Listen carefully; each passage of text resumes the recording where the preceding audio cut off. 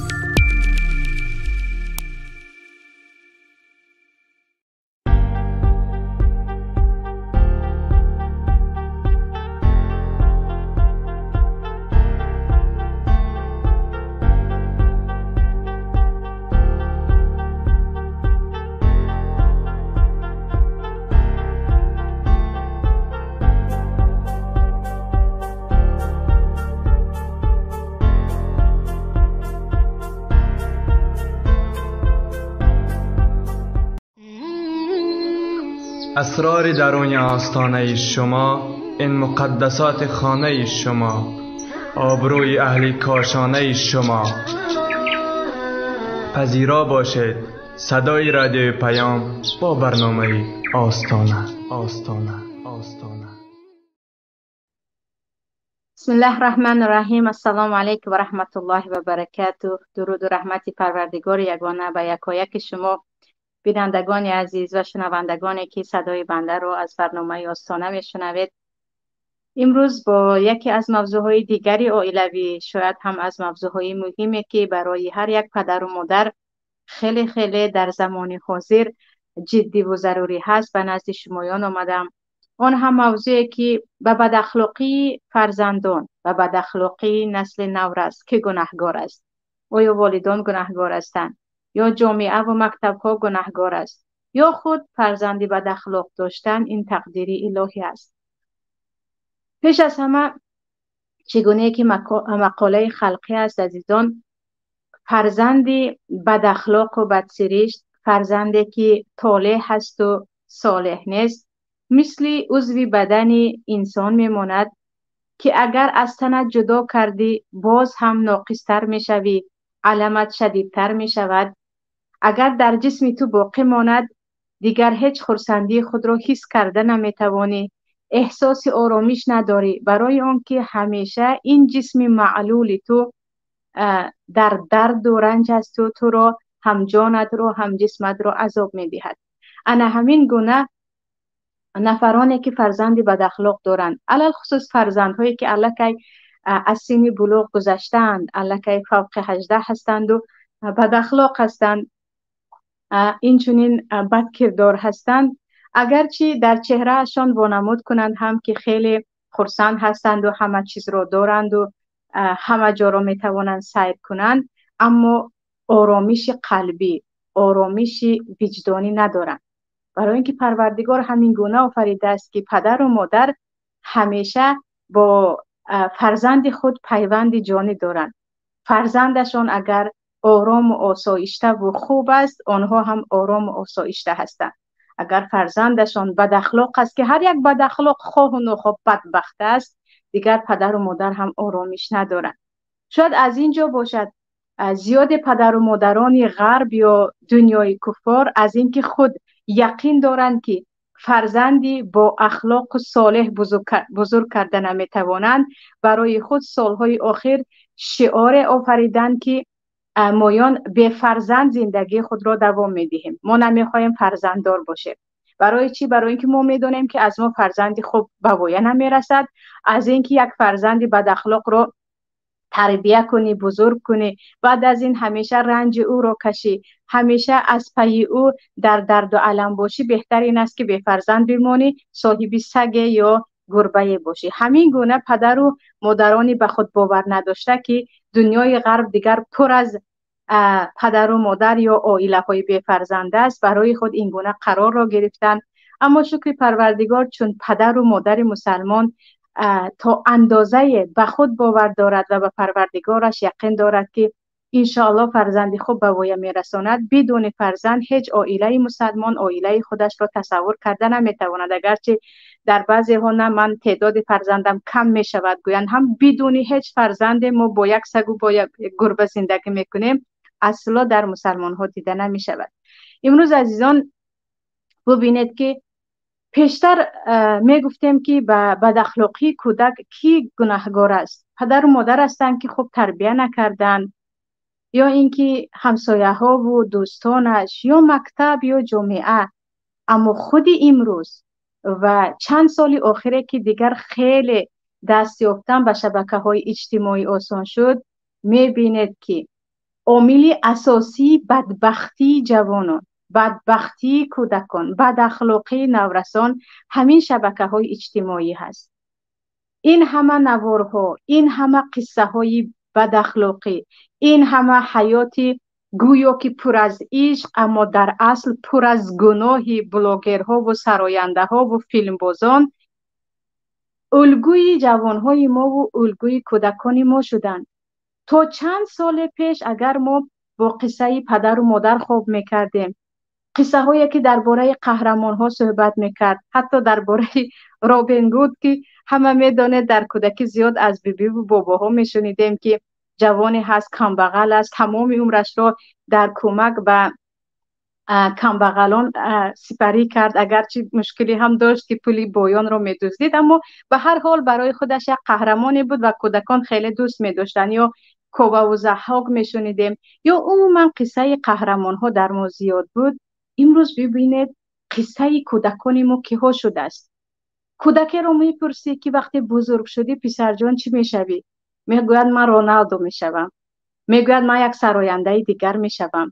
دخترک رو میپرسی وقتی کلان شدی چی میشوی؟ میگوید بلاگر میشوم مثل فلانی اپا که شب و روز خودش رو رکلام میکند و پول کار میکند.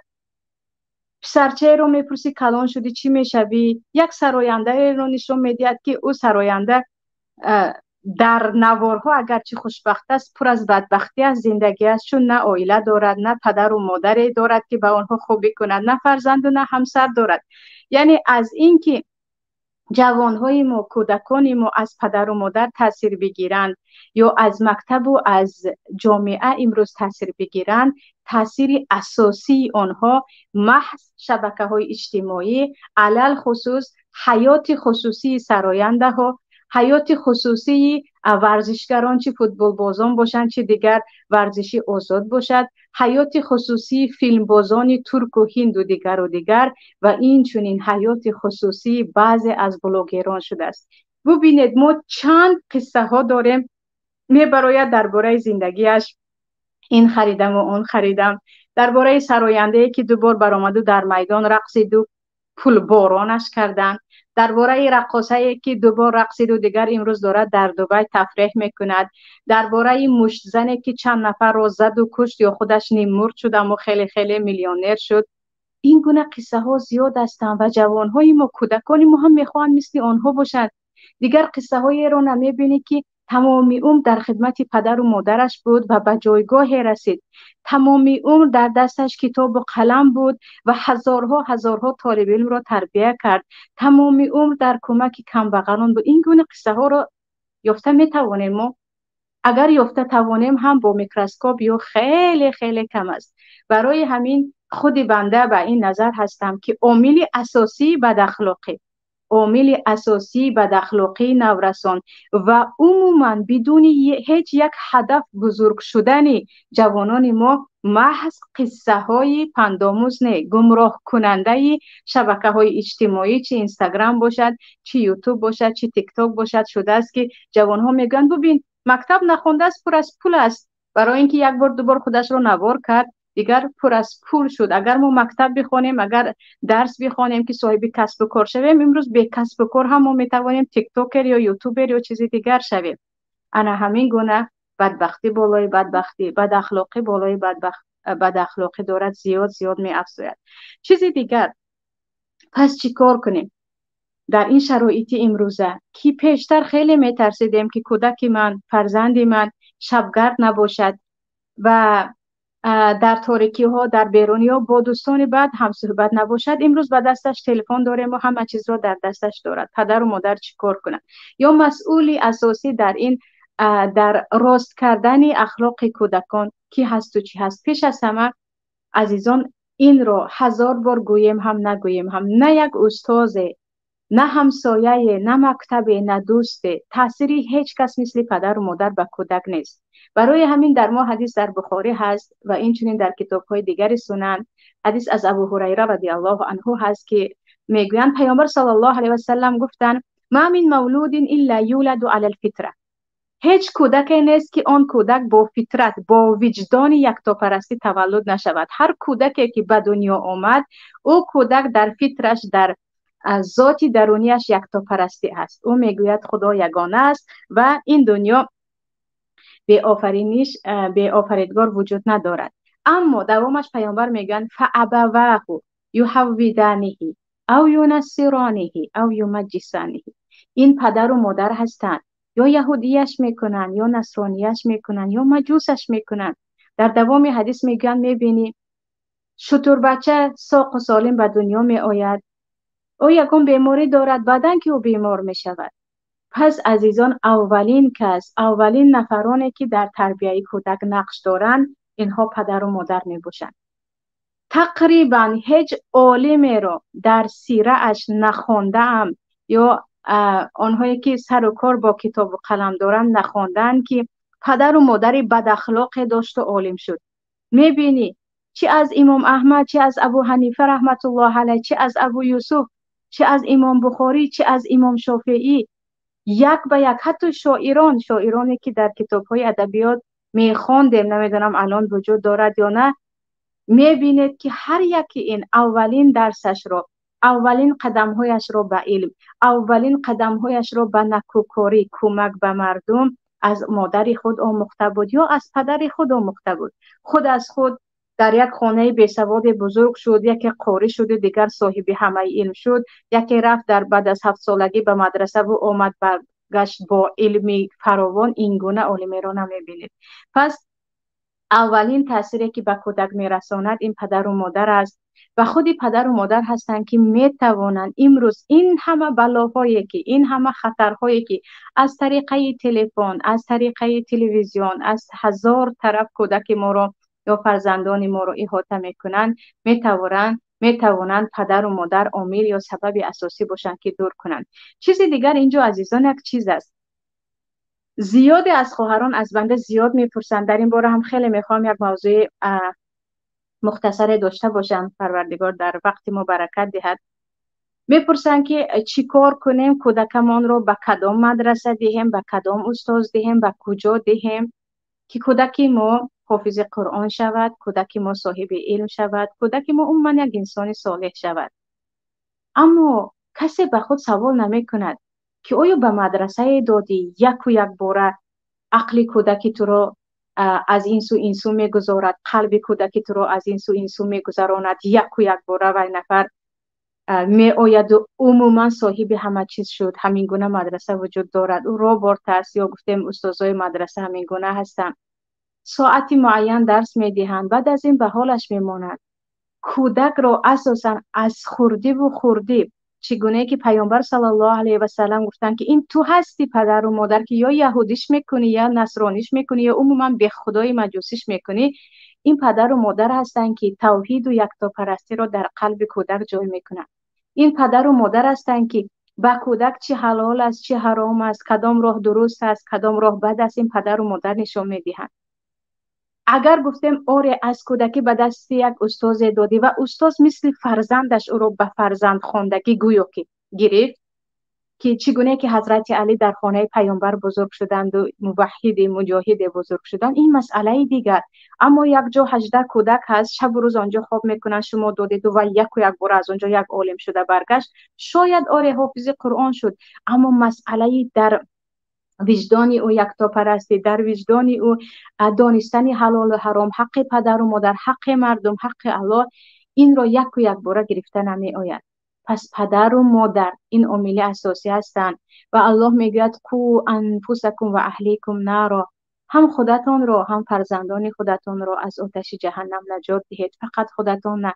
اما امروز گویا فرار باشد یا از تربیه یا چیزی دیگر، دعایی هست که فرزندان ما صالح شوند، کاری هست که بکنیم فرزند من چرا همیشه دروغ میگوید، همیشه اگر تلفن رو ندادم خود رو به بیهوشی میزند، اگر تلفن رو ندادم خوراک نمیخورد، مکتب میرود دروغ میزند، خود رو به بیماری میزند. اما شما همچه پدر و مادر برای فرزند چی کار کرده ایستادید؟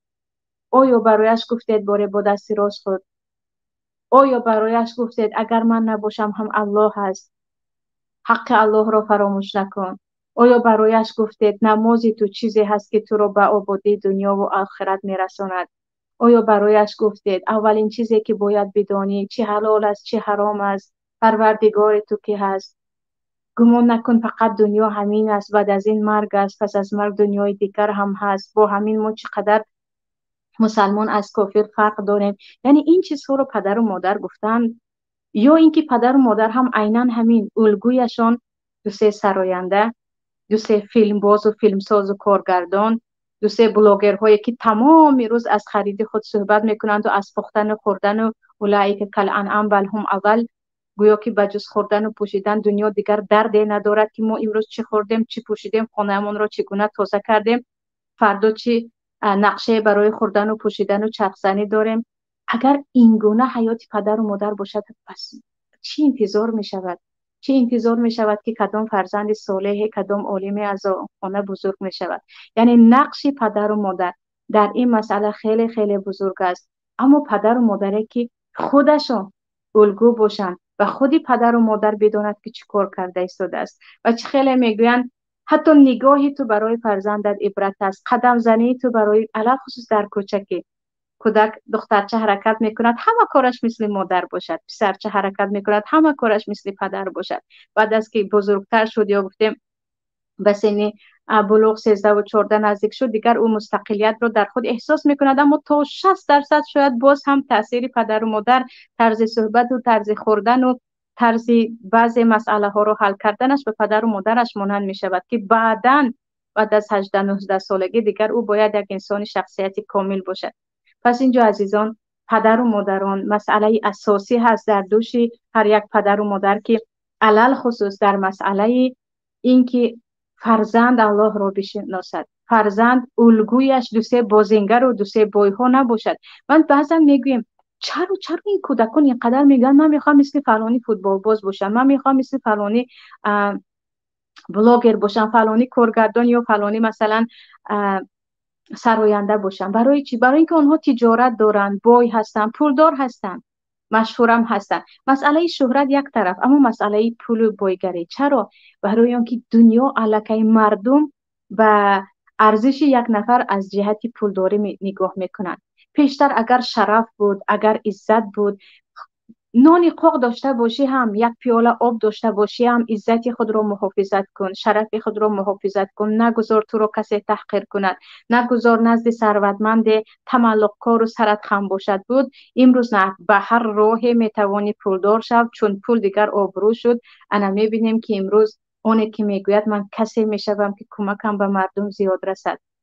همین چند روز بود با دخترچه خردیم در صحبت بودم، برایش گفتم وقتی بزرگ میشوی باید دکتر شوی یا طبیب شوی. میگه برای چی؟ طبیب ها زیاد پول دارند.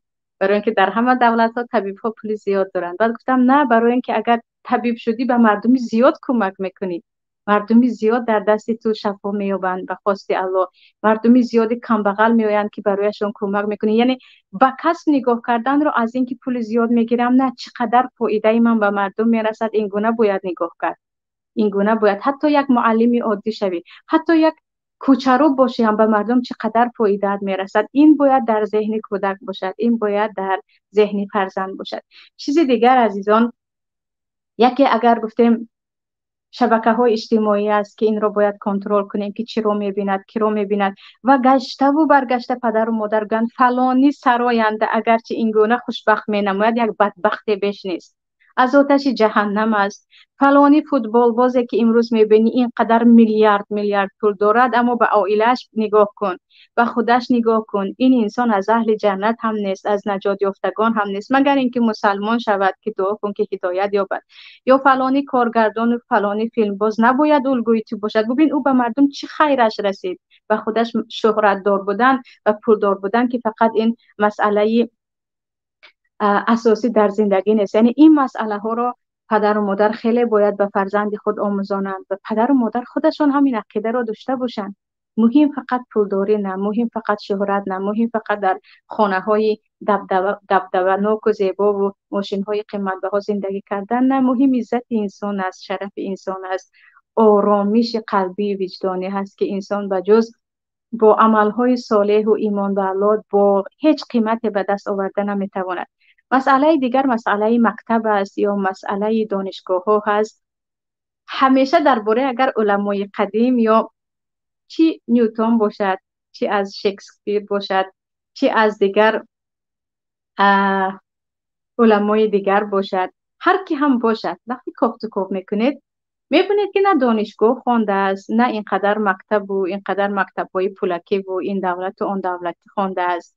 در خانه عادی بزرگ شد، اولین درسش رو از پدر و مادرش گرفت، بعداً کم کم خودش به کاف و به فکر شروع کرد.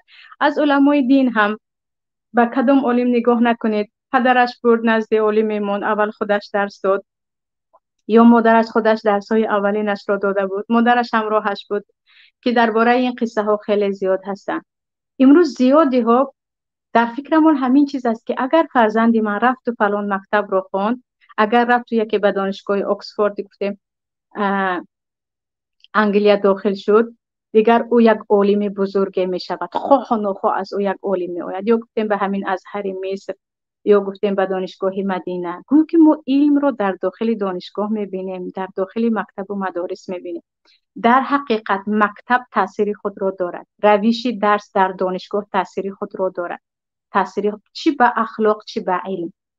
اما مسئله اساسی مسئله پرورش یا بزرگ کردن یک شخصیت هست، یک کودک هست که او چی چیز شدن میخواهد، چگونه در قلب او محبت باشد، چگونه او بداند که این کار درست است، این کار درست نیست. اما چون گفتیم تاثیر در حقیقت از مکتب هست، به خاطر دارم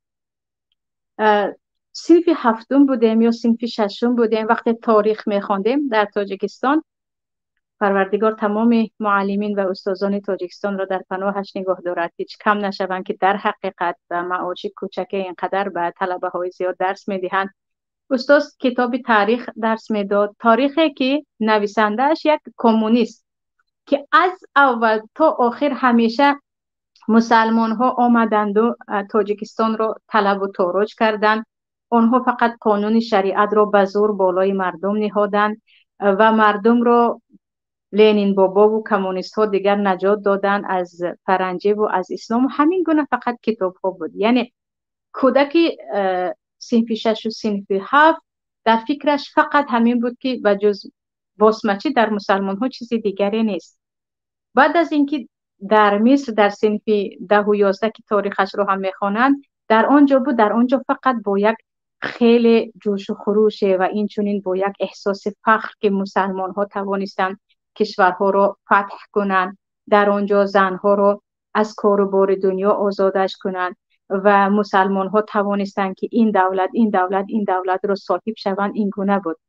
و از ابن سینا و از خوارزمی و ابن رشد، اینها با تمام احساسات از فخری که مسلمان ها انا این عالم ها را در این زمان ها داشتند و تاریخ 1300 ساله کشور مسلمان ها را میخواند و یک مسلمان با خود میبالید و فخر میکرد که ما چه دولتی داشتیم، چه عالمی داشتیم، برعکس که در کتاب های تاریخی که دوستی کمونیست نوشتند و در تاجیکستان درس میدادند. پس اینجا وقتی برای یک کودک مسلمان و جای اینکه او فخر کند که ابن سینای مسلمان داشت، سعدی مسلمان داشت، عبدالرحمن جامی مسلمان داشت، اینها اول دست به کتاب قرآن زدن، از احادیث پیامبر، بعدن یک طبیب ابرقدرت، دیگری در مسئله ریاضیات، دیگری در مسئله ادبیات. اما اولی کارشون، اینها هرگز عرقخور نبودند، اینها هرگز ملتگرا تو ازبک و تو تاجیکویی نبودند، اینها هرگز از نفرانی نبودند که با تملق و خوشامدگویی این عنوان خود را به دست آورند. این گونه نبودند. یعنی این چیزها را به جای خوندن امروز میبینیم پدر و مادرانی که در حقیقت به مکتب ها کودک میفرستند، یکی پرسن که از ادبیات بچه‌م چی خوندی، فلان شاعر زندگی است چی بوده است. اگر در حقیقت او همان گونه که تاریخ او درست است بخواند، میگوید که مادر جان اولین قدم های او با شناخت الله شروع شده بود، بعدن رسید به این حالت. اولین قدم های او با نوشتن عربی و خط عربی شروع شده بود، با حفظ قرآن و با احادیث پیامبر شروع شده بود و رسید چی کدام شاعری نباشد. فقط این چند عالم آخر زمان داریم که آنها رو هم در بارشون در تاریخشون درست چیزی پیدا کرده نمیشود و البته کسی در کتاب ها جاری نمی کند. پس همان گونه که تاریخ مسلمان ها هست، زندگی علمای مسلمان هست، زندگی بزرگان ما هست، همان گونه که هست اگر بدون دروغ، بدون پنهانکاری، بدون نه این را نمیگویم اون را نمیگویم، اگر در کتاب ها بینید میبینید که حسی خدا ترسی، فخر کردن با مسلمان بودن و چگونه من هم میتوانم مثل آن عالم باشم، من هم میتوانم مثل آن شاعر باشم در ما پیدا میشود. اما حیات که ما دیگر عادت کردیم حتی به تاریخ هم تهمت زنیم که نه دروغ است، مسلمان ها همیشه در دست شمشیر داشتند و چیز دیگر، یا اینکه عادت کردیم که اون چیزی که درباره دین یک عالم است اون رو پنهان کنیم و دیگر مسئله ها رو بگوییم که یک شاگردان پیروی دینی او نشوند. یعنی این مسئله خیلی، و در روسیه، در داخل تاجیکستان مسئله دیگر است، در روسیه دیگر هست، در دولت‌های اروپا دیگر است که برای اینکه کودکان با اصل خود فخر کنند، با کی بودن خود فخر کنند، و همیشه ما میگیم که قصه جای خودش را دارد در زندگی کودک، حتما باید پدر و مادر برایشان از قصه های بزرگان، از قصه های در حقیقت شیردلان و دلاوران و کودکان بگویند. چیزی دیگر است عزیزان، چیزی اینه که بسیاری ها یا گفتم زیاد پدر و مادرانی هستند که در حقیقت از پی استاد میگردند که یک استاد داشته باشیم برای کودکمون، اما در حقیقت این راهی درست است. ببینید امام بخاری رو مادرشان بودند که از کوچکی تمام ثروت پدرشان رو برای امام بخاری صرف کردند که از این استاد به اون استاد، از این کشور به اون کشور سفر میکنی، طلب علم میکنی. امام شافعی کوچک رو مادرشان از فلسطین به مکه میآورند که من همراهی تو همینجا زندگی میکنم چون پدر نداشتم، تا اینکه به سن 15 سالگی مستقلیت برسی که حتما باید تو طلب علم کنی و همراهی تو من باید مانم، یعنی به نزد استادها تو رو میبرم و همراهت میمونم. امام احمد حنبل رو مادرشان هر صبح به حلقه های درس می بردن، حتی حلقه های درس امام یوسف شاگرد امام ابو حنیفه رحمت الله علیه، و می گفتن در دم در من انتظار تو هستم، درست رو بخوان، تاریکی شب است یکی نترسی همراهت برمیگردم. یعنی پیدا کردن یک استاد حتی 15 دقیقه صحبت با کودک باشد، هم 20 دقیقه صحبت با کودک باشد، هم فقط مسئله تأثیر به اخلاق کودک، تأثیر به شخصیت کودک باشد، بهترین روش است. بهترین روش است که استاد هم کار خودش رو، تأثیر خودش رو میکند. اما ببینید ما از پی پیدا کردن استاد میگردیم، همین وقتها اینقدر چیز رو برای کودک پیدا کردن جنگ و تلاش هست در خانه ها. حتما باید این رو بخورد، این رو بپوشد، این رو بکند، حتما باید به اینجا رود، به آنجا رود، اما حتما باید در حلقه فلان استاد نشیند صحبت کند یا استاد بیاید همراهشان صحبت کند. این مسئله در عائله های هم کم هست، در جامعه هم.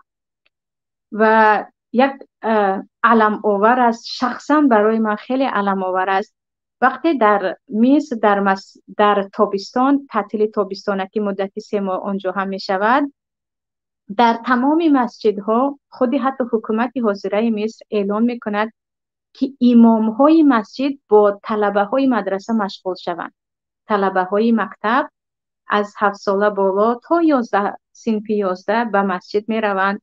امام یک پاره شاید مقدار کمی از قرآن برایشان تفسیر میکند، درباره از مسئله های دین صحبت میکند. اگرچه مسجد رو دیگر کودک ها رو میدانید به قیامت تبدیل میدین، اما در حلقه می نشینند همراه علما. در مالزیا هم همین چیز رو مشاهده کردم، در اندونزیا هم به نزدیکی که در تعطیل تابستانه همین برنامه در آنها هست. و در ترکیه هم همین چیز هست که در تعطیل تابستانه هر روز امام ها موظف هستند که با پسرچه ها نشینند و از طرف کمیته دین معلمه ها، زن ها هم موظف هستند که در مسجد جا نباشد، در خود مکتب با کودکان درباره اخلاق اسلامی و درباره مسئله های اساسی دین صحبت کنند که در چند جلسه هایشان شخصا خودم دعوت شده بودم و با دخترک های 14-15 ساله صحبت داشتم. ببینید چقدر تاثیر میکند برای دخترک ها. میگم با فلان عالم نشستیم، با فلان استاد نشستیم، دخترک ها از دین صحبت میکنند، خرد و کلان، پسرچه ها با امام صحبت میکنند و تماما یک روحیه یا بهره دیگر میگیرند.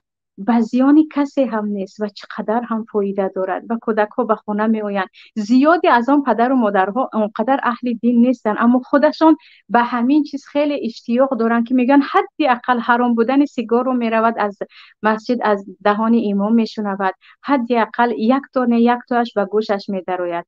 و بعد از این برای شوقمند شدن البته به کودک‌ها یگان چیزی میدهند که این رو همش رو دستگیری میکند حکومت، چه در مصر باشد، چه در ترکیه، چه در اندونزیا، مالزیا، در دولت‌های عرب که همش هست. و شاید نمیدونم اگر همین گونه برنامه ها در ما هم باشد. ببینید این همه کنسرت ها می شود، کسی کاری ندارد، مسئله های دیگر است، اما همین چیز نمیدونم چه مشکلی دارد که در ما پیاده کرده نمی شود. کاش همین چیز پیاده کرده می شد و درهای مسجد باز می شدی، از 1 صنف تا 11 صنف، چه دخترچه تا چه پسرچه کمی باشد هم درباره بودن مراقب کننده های فرشته هایی که همه کاری تو رو می نویسند، درباره آیات هایی که درباره پدر و مادر و احترام آنها هست و عموما درباره حلال و حرام از زبان علما می نشستند. یک جلسه کوتاه حتی 15 دقیقه و 20 دقیقه باشد. پروردگار به این روز فرزندان یکایک ما و شما را برساند. و عیناً همین در خود دانشگاه ها هم است. عجیب است، در خوابگاه دانشگاه دعوتت میکنند، میگن بیا امشب یک صحبت همراه دخترکایی که در طب میخونند داشته باش.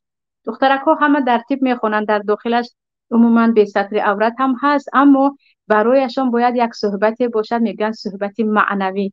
صحبت معنوی که باید دل آنها را زنده کند و وقت در انسان معنویات بالا شد که میدونید چقدر انسان در زندگی خود تغییر می‌یابد. و نکته دیگر اینجا هست، نکته مسئله تقدیر است. زیادی هستن میگویند چی کار کنم، در تقدیرش چی نوشته شده باشد همین رو میبیند. اصلا من نمیخوام از پی نمازش شوم، از پی درسش شوم، هرچی در تقدیرش هست همین رو میبیند. من مثلا کسی مرا نمازخوان نگفت، الحمدلله الله تقدیرم بود است که نمازخوان شدم. یا شوهری من ببین پدرش یک انسان بد بود اما تقدیرش بود است نمازخوان شد. آیا همین گونه می شود تقدیر را متهم کرد؟ تقدیر ساز، نویسنده تقدیر که الله یگانه احد الصمد با حکمت و با رحمت و با لطف خود برای ما راه‌های را نشان میداد. آره تقدیر اجباری هست در اینجا، اما مسئله که تو به حال فرزند را به حال خودش بمانی، نپرسی چی خواندی، چی میخوانی، چی کار کردی، نماز خواندی یا نه، این کار رو کردی یا نه، بعد از این بگوی که تقدیرش باشد خوب میشود. همین گونه می شود تقدیر رو متهم کرد. اگر که این گونه می بود پیامبر صلی الله علیه و سلم نمی گفتن کلکم راعین و کلکم مسئول عن رعیته، هر یکی شما مسئولیت دارید، هر یکی شما بالای زیر دستان خود مسئولیت دارید، هر یکی شما پرسیده می شوید از رعیه خود، از زیر دستان خود، پدر از اهل بیتش، از زن و فرزندانش، مادر از فرزند و از خانواده پرسیده می شود. اگر این گونه می بود که تقدیر دیگر کسی را دعوت نمی کرد و به حالش می موندیم. و خیلی در آغاز برنامه گفتم تقریبا پیدا نمی کنید که از یک پدر مادر بد اخلاق یک انسان صالحی که خیرش به کلی مردم رسید پیدا کنید. عالم بود، پدر و مادرش انسان‌های خوب بودن، عالم نبودن حداقل حلال خور بودن. عالم بود یا از طالب علم‌های حاضره بپرسید، اکثریتش میگوید این لطف پروردگار، هدایت پروردگار و کمک پدرم بود یا دلسوزی های مادرم بود که میگفت نمازت رو خوان یا مسئله های دیگر. پس اینجا عزیزان نباید تقدیر رو متهم کرد و نباید خود را از مسئولیتی که ما بالای فرزندان داریم خود را دور کرد. اما همچون دوست و رفیق چقدر تأثیری بد یک دوستی بد بالای فرزند دارد و عموما بالای من و شما هم دارد. مسئله دیگر هست که شاید درباره‌اش در برنامه‌های دیگر صحبت کنیم انشالله، با همین صحبت کوتاه که انشالله با محتوا باشد به خود بنده و برای شما هم در زندگی و در نقش پدر و مادری فایده رساند. شما را به الله یگانه می‌سپارم تا برنامه‌های دیگر در حق همدیگر دعا کردن رو فراموش نکنید. السلام علیکم و رحمت الله و برکاته.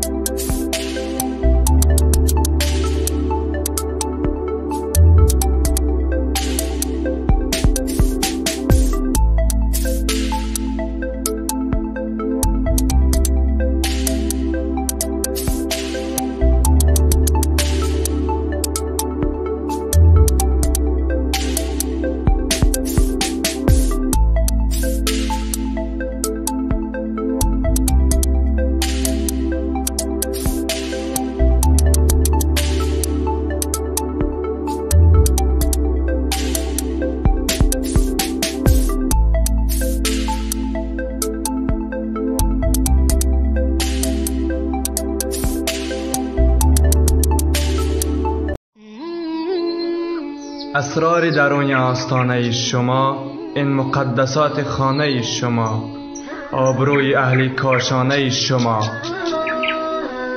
پذیرا باشید صدای رادیو پیام با برنامه آستانه.